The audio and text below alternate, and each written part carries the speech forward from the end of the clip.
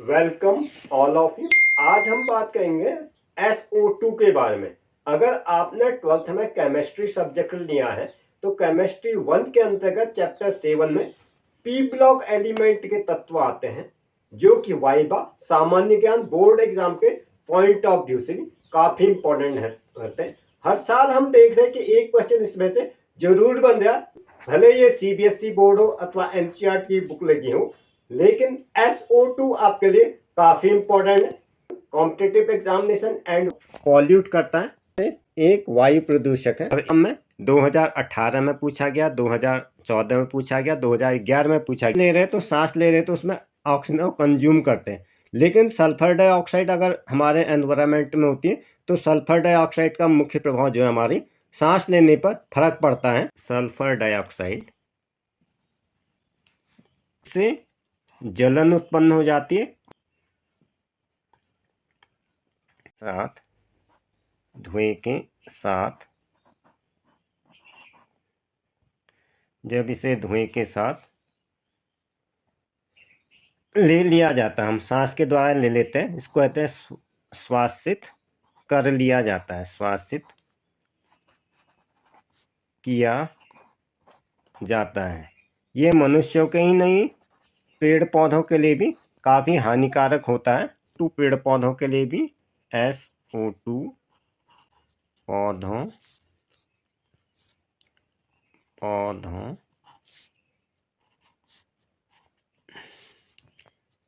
के लिए भी हानिकारक है।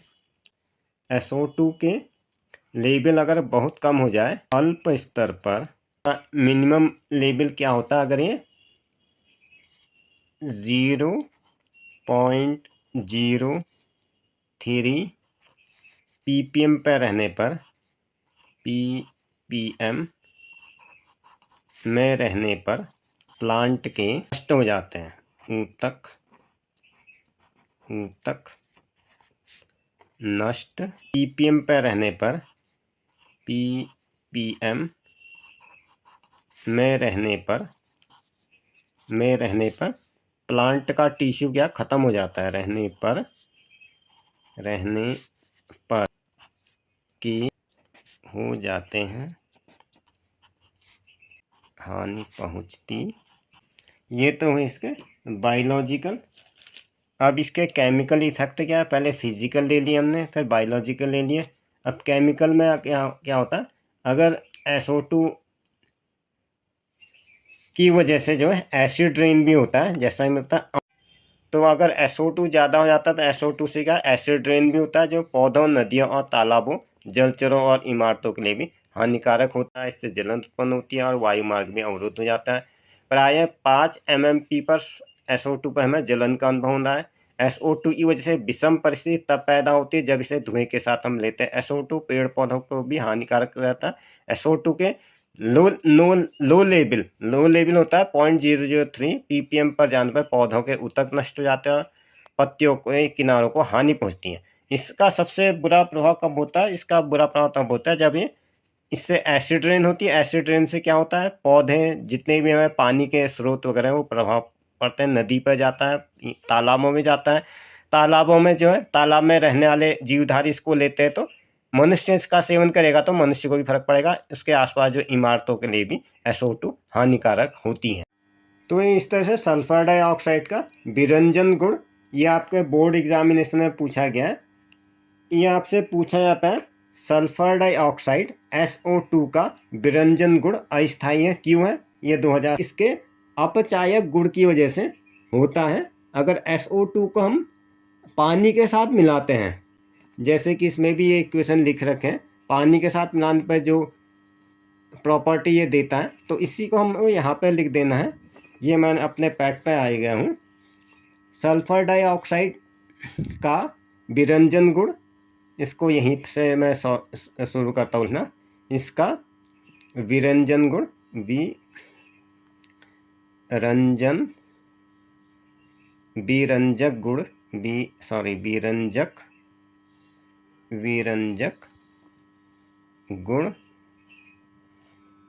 विरंजक गुण, विरंजक गुण इसके है। अगर आपसे वाइवा में पूछा तो आपको पूरा इसका रिएक्शन ब्लैक बोर्ड पर बना के देना पड़ेगा। अदरवाइज अगर 1 नंबर पूछा जाता है तो केवल कि आपको ये लिखना पड़ेगा कि इसके अपचायक गुण के कारण जल के साथ अगर ये रिएक्शन करता है, जल के साथ क्रिया करके नवजात हाइड्रोजन बनाता है, जल के उत्पन्न करता है, उत्पन्न करता है। तो क्या बनेगा, इसका रिएक्शन बनेगा SO2 ने पानी के साथ अगर क्रिया की है, SO2 plus 2H2O equal to H2SO4 plus 2H2, नवजात हाइड्रोजन का हम इस तरह से लिखते हैं 2H। हाइड्रोजन बना है, नवजात हाइड्रोजन जो है चीज़ों को उसका विरंजन कर देती हैं, रंगीन वस्तुओं को अपचेत कर देती हैं। इसको इसी तरह से लिखना पड़ेगा, यही नवजात हाइड्रोजन रंगीन वस्तुओं को अपचयित विरंजन कर देती हैं, विरंजन कर देती हैं। अब इसका केमिकल फार्मूला कैसे लिखेंगे। अब रंगीन पदार्थ है, रंगीन पदार्थ का कोई फार्मूला तो होता नहीं। रंगीन पदार्थ ऑब्जेक्ट, रंगीन पदार्थ प्लस ये जो इसमें न्यूबॉर्न हाइड्रोजन बना है H ब्रैकेट में इस तरह से, इसका जो कलर जो है इसने हटा दिया, रंगहीन पदार्थ लिखा जाएगा क्योंकि इसके रंग को इसने विरंजन कर दिया है, रंगहीन पदार्थ। जब विरंजन की हुई वस्तुओं को वायु में रखा जाता है तो वायु के द्वारा इसका ऑक्सीडेशन हो जाता है। इसको हम यहाँ पे लिख देते, जब विरंजन की हुई वस्तुओं को वायु में रखा जाता है, वायु में रखा जाता है, वायु के एयर में मौजूद ऑक्सीजन का ऑक्सीकरण हो जाता है, इसका ऑक्सीजन से इसका ऑक्सीडेशन हो जाता है, ऑक्सीकरण हो जाता है। मतलब जैसे इसको हम हवा में रखता है तो दोबारा इस पर कलर आ जाता है, लेकिन ये SO2 की इस वजह से SO2e विरंजन क्रिया टेम्परेरी होती है। डेट्स वाई, इस कारण डेट्स वाई विरंजन क्रिया होती है, अस्थायी होती है। आपका यहाँ पर लिखा गया है इस तरह से, ये जो है अस्थायी होती है। इसके अलावा भी इसकी जो प्रॉपर्टी है, तीखी रंगहीन गैस है जो पानी में अत्यधिक घुलती है।